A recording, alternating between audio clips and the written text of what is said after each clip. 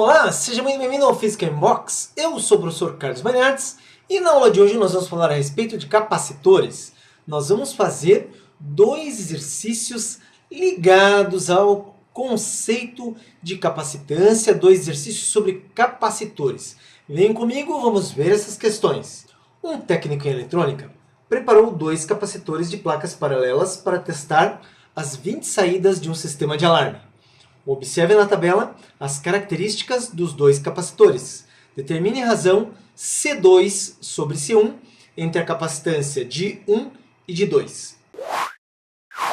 Então, observe nessa questão, nós temos ali a tabela, capacitor 1, área da placa A, distância entre as placas D, constante do dielétrico E, e capacitor 2, 2A seria a sua área, 6D a separação entre as placas, e a constante do dielétrico 4E. Qual seria a razão C2 e C1? Observe que aqui, então nós estamos falando da geometria do capacitor, associado aí, no caso, a sua área, a sua distância e o material dielétrico que vai entre essas placas.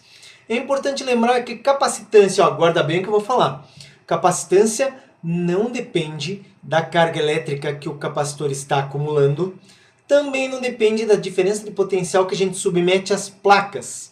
Capacitância depende de fatores puramente geométricos, a área e a distância, e o dielétrico que pode ser inserido entre as placas, certo?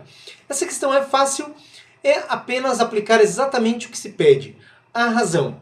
Só lembrando antes disso, que em função da geometria e do material dielétrico, a capacitância é dada por E vezes A sobre D. Você vê aqui então circulado.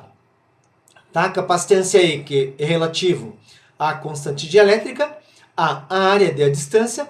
Como nós queremos então C2 divididos por C1, então eu tenho E2 vezes A2 sobre D2, E1 a 1 D1, e eu vou substituir justamente os valores que você vê na tabela. Então eu tenho C2 sobre C1, e aqui eu tenho, observe, ó, para o capacitor, acompanhe aqui com o mouse, ó, para o capacitor 2, a constante dielétrico 4E, então aqui está colocado 4E, a área da placa 2A e a distância 6D.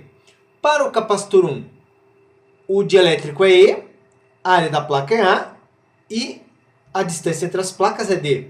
Então aqui o que nós fazemos? Nós temos uma divisão de fração. Tem gente que tem dificuldade aí para fazer a simplificação.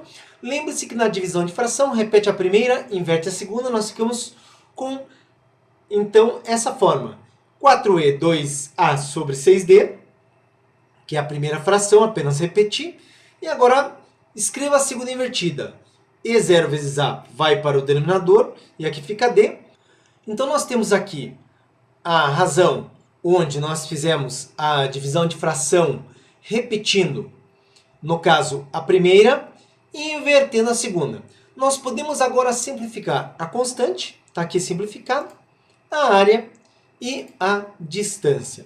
Observe que no numerador, então fica 4 vezes 2, que é 8, e no denominador ficamos com 6. 8 sextos, dá para simplificar 8 com 6, e nós ficamos com 4 terços, e essa é a resposta para a razão pedida no problema, certo?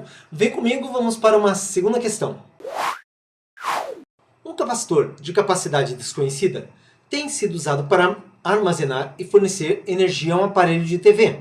O capacitor é carregado com uma fonte de 1000 volts, armazenando uma carga de 10 coulombs.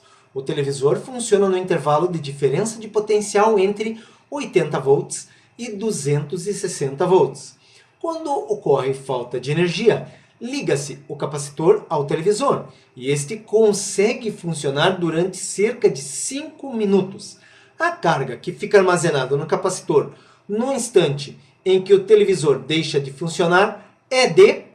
Então, observe aqui que nós temos então esse capacitor que a princípio diz que a capacitância não é conhecida. Nós vamos começar então determinando justamente a capacitância, mas o que ele traz de interessante é justamente isso aqui, ó, que quando falta energia, em 5 minutos, esse seria, digamos assim, ou o tempo de 5 minutos, é o tempo que o capacitor libera energia para que a TV fique funcionando. E aqui a gente entende, se a TV funciona entre o potencial de 80 volts e 260 volts, é claro que o sistema é otimizado para que durante a falta de energia ele venha funcionar com 80 volts. Agora me acompanha aqui no seguinte, veja só. Eu sei que a capacitância é carga dividido por diferença de potencial, onde a carga é de 10 coulombs e a diferença de potencial dessa fonte que carrega o capacitor é de 1000 volts. Então 10 sobre 1000, que é a diferença de potencial, a capacitância é de 0,01 farad. Lembre-se que essa capacitância ela é uma constante. Então, a partir do momento que falta energia, o que acontece? A diferença de potencial é de apenas 80 volts, tá? Para a alimentação.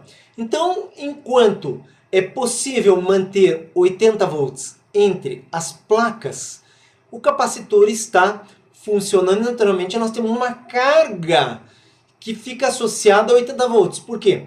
Com menos de 80 volts, não tem como a TV funcionar. Então nós temos uma carga associada a exatamente essa quantidade de 80 volts que não vai ser utilizada. Sabendo que a capacitância é uma constante, então olha só, esqueci do nosso check-in aqui, descobrimos a capacitância, né? Então, como capacitância é carga sobre diferença potencial, nós sabemos que a capacitância então agora é 0,01 farad e nós temos 80 volts como tensão mínima para o capacitor funcionar. E uma carga, então, está associada a essa tensão mínima.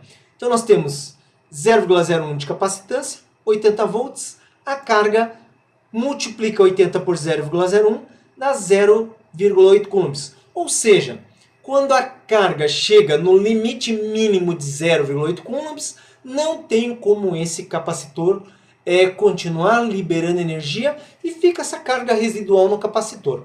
Bom, então aqui nós resolvemos essa questão. A alternativa correta ali é a letra D, certo? Aqui dá uma vontade danada de usar esses 5 minutos, de procurar como se utiliza esse tempo, mas ele serve apenas como uma referência para esse problema, certo? Então aqui no PhysicainBox, a aula de hoje foi sobre capacitores. Se você gostou, deixa um like aí para nós. Esse like ajuda muito o canal.